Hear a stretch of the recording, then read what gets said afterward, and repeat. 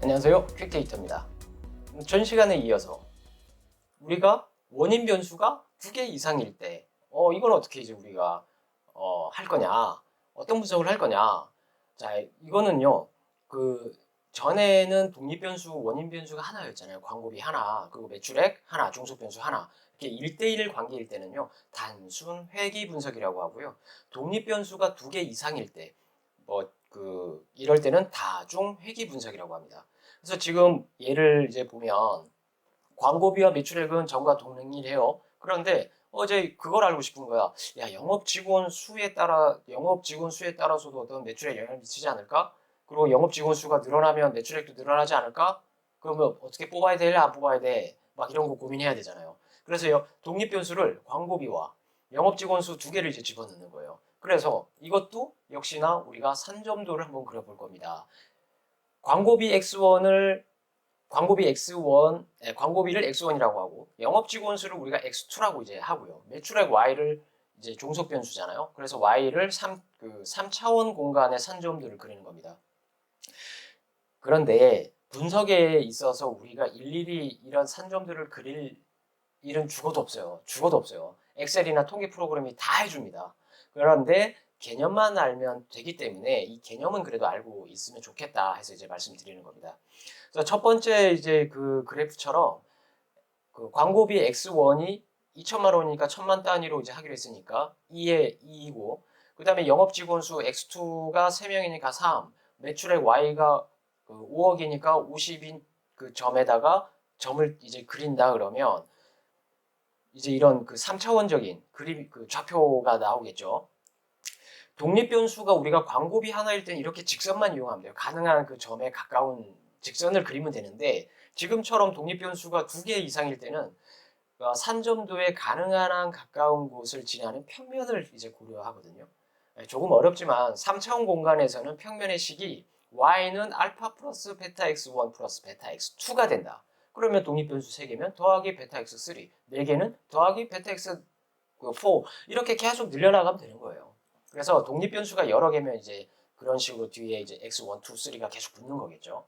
이런 식에 대해서 너무 그 부담은 갖지 마셔라. 왜? 계산은 컴퓨터가 하니까 알아만 두면 된다. 원리만 알아두면 된다라는 겁니다. 자, 이제 이렇게 이제 생각을 해보는 거예요. 야, 2024년에 광고비 1억 원 사용하고 영업사원 수를 7명으로 증원하면 매출액이 얼마 나올 것 같아? 아, 네. 식이 있습니다. Y는 알파 플러스 베타 X1 플러스 베타 X2가 됩니다. 그래서 그 식을 보니까 매출액은 상수항이 1.65 더하기 1.50 곱하기 광고비 더하기 15.35 15.35 영업직원 수가 나왔습니다. 그래? 이 식으로 대입을 해보자. 그러면 그냥 식만 대입하면 되는 거예요. X1 그 가로친 X1과 X2에다가 X1은 뭡니까? 광고비 1억을 상환한 데 쓰니까 1천만 단위니까 10을 집어넣고 그 다음에 뒤에 X2의 자리에는 영업직원 그거잖아요. 베타 X2잖아요. 그럼 여기에다가 영업직원 수를 우리가 7명이다. 그럼 곱하기 7 하는 거예요. 그러면 지금 어떻게 나옵니까? 124.1.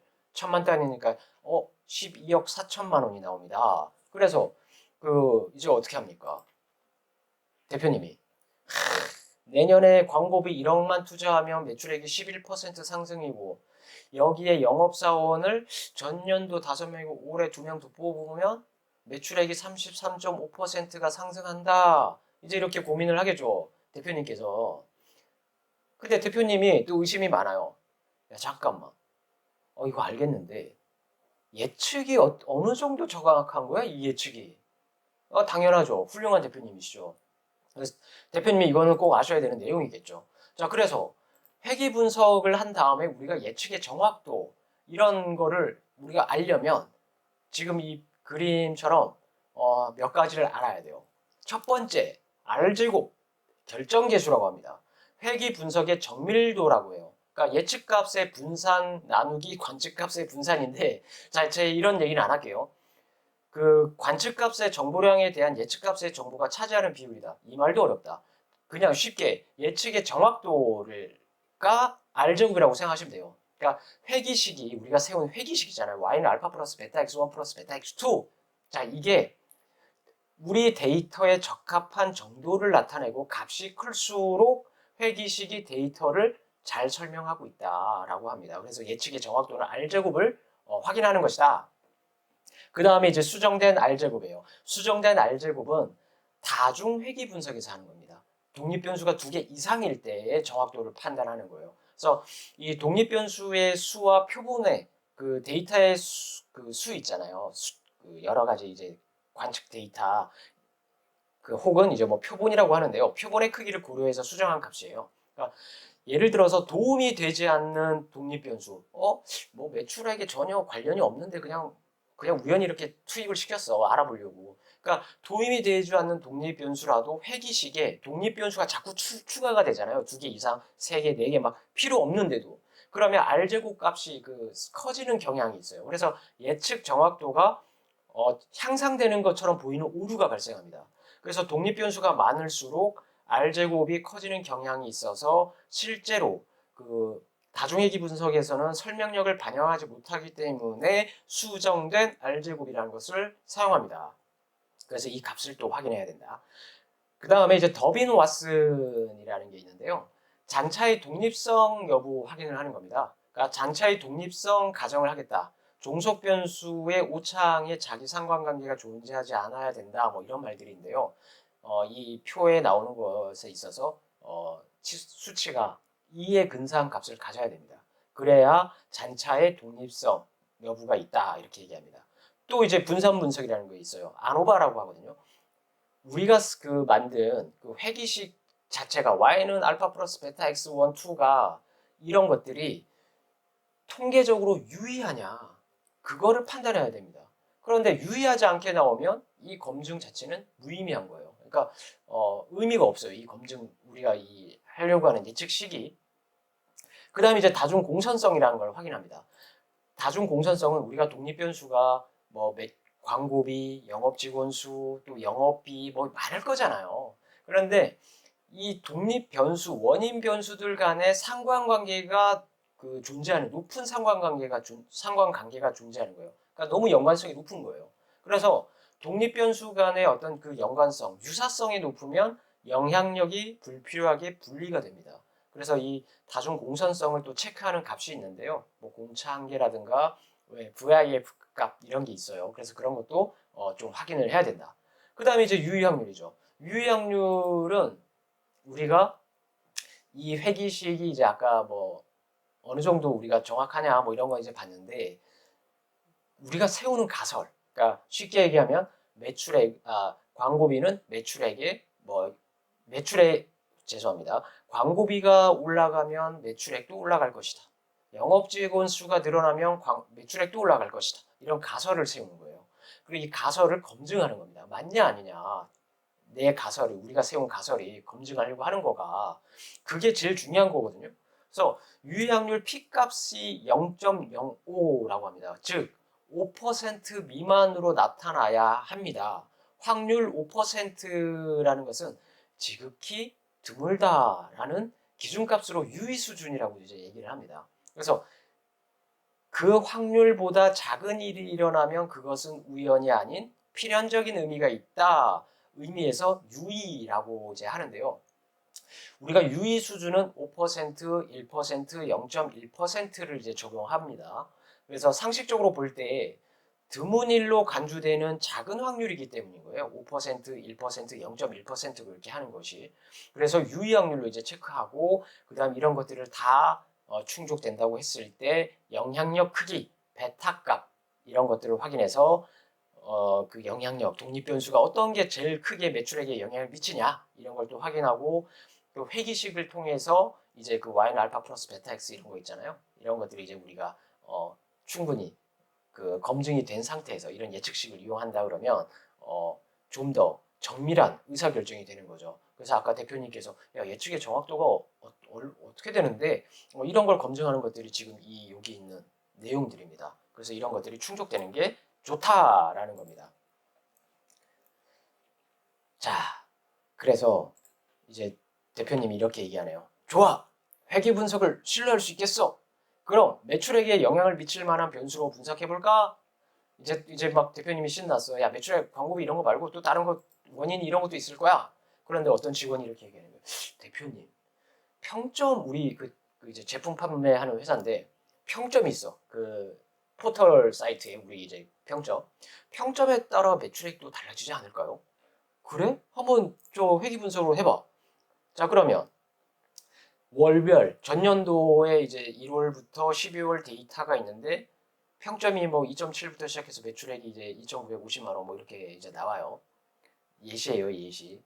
그래서 우리 회사 평점이 4.1 대 매출에는 얼마일까? 딱 하니까 지금 이제 그 아까 제가 말씀드렸던 거 있잖아요. 그 R제곱부터 해서 최종적으로 유의확률까지 확인해야 된다라는 거를 이제 우리가 이 어떤 SPSS라는 통계 프로그램을 이용했거든요. 엑셀도 가능합니다. 그래서 이런 데이터가 딱 제공이 돼요. 출력이 돼요. 그래서 여기서 보는 건 뭡니까? R. R은 여기서 아까 제가 말씀을 안 드렸는데 단순 회계 분석에서는 R을 얘기하는 거는 평점과 매출액의 상관관계예요. 자, 그리고 R 제곱은 뭐라고요? 평점과 매출액의 이제 그 예측 정확도인데 회기식 그 시기 평점과 매출의 회기식이 87.5% 정확하게 예측한다는 거 상당히 높은 거예요. 87.5%를 예측하고 있다는 것은. 그 다음 또 이제 더빈 왓슨이라는 걸 이제 보는데 1.774 아까 잔차의 독립성 가정 여부라고 그랬잖아요. 이에 근사하죠. 그래서 잔차의 독립성 가정도 충족됐다. 그 다음에 이제 F값 유의확률 이게 있는데 아까 이제 말씀드렸던 분산 분석이라는 겁니다. 여기서 F값이 70.258에 대한 유의확률이 0.001보다 작기 때문에 회기식은 유의하다. 이 식은 유의하다라는 겁니다. 그럼 마지막에 보는 것이 이제 우리가 보려는 그 최종적으로 검증하는 거예요. 독립변수 회기계수의 그 비표준화 계수의 비를 보는 겁니다. 단순 회기 분석에서. 회기식은 그러면 상수항이 477.204 평점의 그 비표준화 계수 B는 939.738 이렇게 나왔잖아요. 그럼 이걸 이제 식으로 만드는 거예요. 매출액은 471.204 더하기 939.738 곱하기 이제 평점만 넣으면 돼요. 그래서 평점이 4.1대라고 했잖아요. 평점 4점을 이 식에 대입해서 4를 딱 넣으니까 매출액이 평점이 4.1대는 4,230만 원이 나온다. 이렇게 딱 되는 거예요. 자, 그 다음에 매체별 광고비에 따른 그 월 매출액 관계를 또 한번 살펴보기로 했어요. 야, 우리가 광고비를 쓰는데 온라인 광고비도 있고 오프라인 광고비 있잖아. 이거 12월 데이터 전 데이터를 가지고 한번 분석해봐.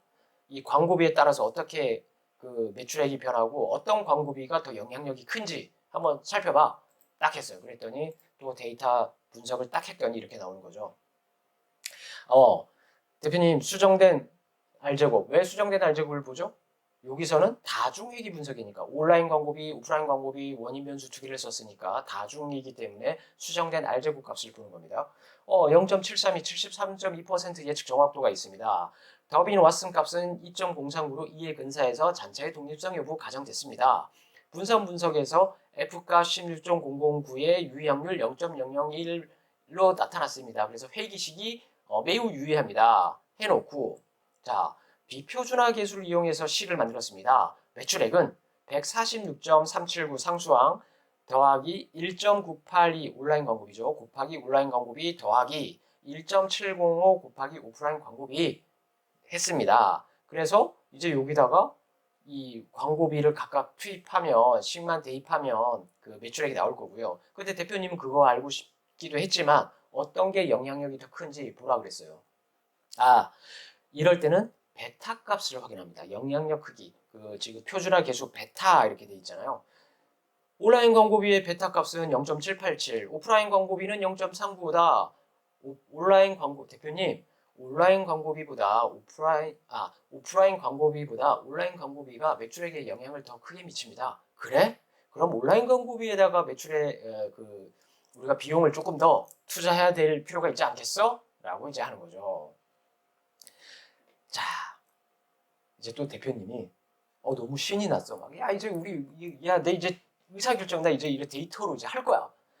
야, 매출에 영향을 미칠 만한 다른 변수들도 찾아서 한번 내가 분석해 봐야겠어.